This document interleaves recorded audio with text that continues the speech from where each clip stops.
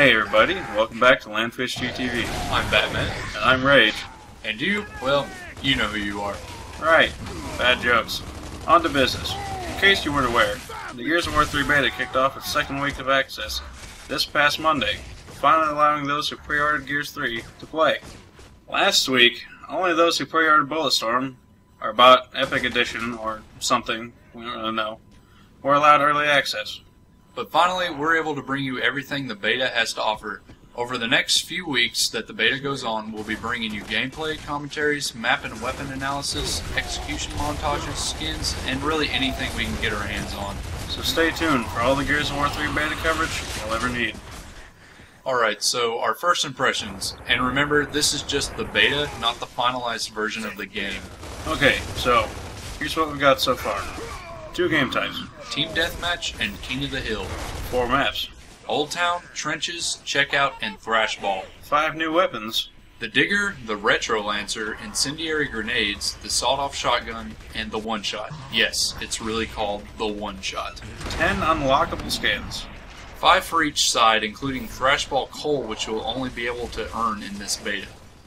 And more amazing brutal executions than you can shake your chance high. And tons of revised and new combat mechanics to boot.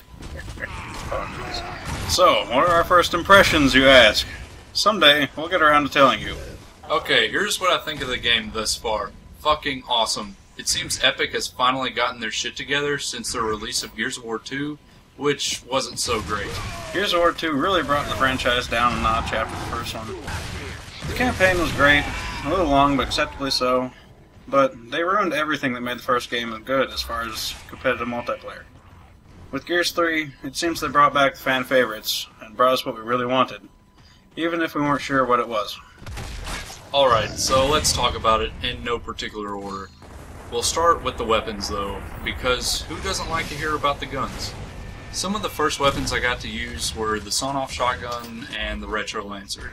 The Sawed-Off Shotgun was at first kind of hard to use. Once you get used to it, it's one of the best parts of the game. Even though you only get one shot because you use both of the shells with one pull of the trigger, it's really powerful, at least up close. When I say up close, I mean really close. Like, I don't know how to describe how close you have to be. So close, a rapist would be uncomfortable. But pretty fucking close. What's cool about this gun is that you kill multiple people with one shot, and when you do, you will be laughing your ass off. The Retro Lancer kicks like a bitch, and it's more powerful, and it's got a fucking bayonet on it. How much more do I need to say? Not a whole lot, but what I really like about the gun is the charge maneuver you can attempt. It's just a whole lot of fun.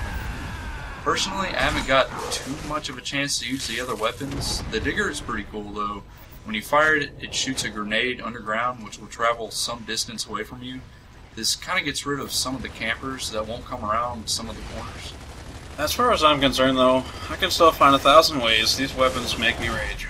Not that they're bad, but some of them are just too easy or inconsistent. Like the mortar, for example. I thought that was a bad move in the second one, yet they brought it back anyway. You can hit almost anywhere on the map and kill or stun anyone within a huge radius of the impact. Again, it's not like it's really hard to make the distance calculation. You just hold a few clicks and you fucking kill everyone. The Digger, on the other hand, makes me mad because it's meant to kill campers, and instead it kills me as I position myself to take on several people at a time. And seriously, it doesn't matter how close you get. If you're not in melee distance, it's impossible for them to kill themselves in the explosion. With those 2 weapons, I can seriously never have to actually know you are to kill you. Then, on the other hand, I have 3 hands. On the other hand, the Retro Lancer bayonet is pretty awesome when it works. If you don't get enough of a running start, your bayonet fixed to the at least 75-pound gun, being pushed by at least a 250-pound Space Marine, will bounce off the guy wearing no shirt. And it's ridiculously inconsistent. Some people can charge from 5 feet and get an execution, while I can run for 20 and bounce off of them. All in all, it's still a beta. And I still like the weapons, it's just that I don't like getting killed for stupid things, like people randomly firing mines throughout the ground. They managed not to break anything they'd implemented before, like the Lancer or the Torque Bow. You know, on second thought, they kind of broke the Lancer. But we'll talk about that in a video about the Lancer. And now I'm lost. Shit. So that's good. And even then, there's still more weapons to look at. Like the sniper stream, the one-shot cannon. The one-shot, well, it's a one-shot. It kills you in one hit. No more, no less. And yeah, this thing can kill multiple enemies when they're lined up just right. Once more, I never really got to use this weapon a whole lot, but it's a lot like firing a cannon. As if the goddamn Batman has use for firing cannons. The incendiary grenade just does what any incendiary grenade does. It explodes with fire, and any enemy that gets trapped in the fire gets burned severely. Guess it's kind of a mix between regular grenades and ink grenades. I can't tell you how many people I've had throw fire grenades at me, and when I don't die instantly, they get antsy and run into the fire, and then they kill themselves in the process. The bots, on the other hand, just grab grenades and either randomly kill themselves or kill you in the process of killing themselves. And those are lives going to waste for your team's total life count. Alright, now for the maps. So far I find the maps interesting. Really, the only map that I truly love is Thrashball. It's more of the setup like the original Gears of War maps, unlike the others in my opinion. You have two definite spawn points, a center area, and two side hallways. It's fast-paced and a whole lot of fun to play on.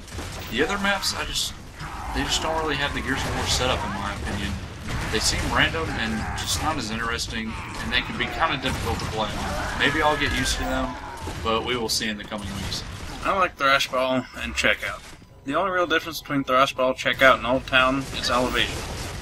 They're all made up of the same components. 2 spawns, an open middle area, 2 side hallways, and 2 horizontal hallways next to the spawns that connect all the middle ground together. There's also trenches, which doesn't have the hallways, but that map's annoying and predictable. See, here's what happens. Anyone who really wants to fight will go to the middle, either the top or the bottom. Probably the top, though. Anyone who wants to snipe runs and fights for the one-shot. Whoever gets the one-shot ends up killing everybody in the middle. And whoever loses that fight gets shoved back into the spawn.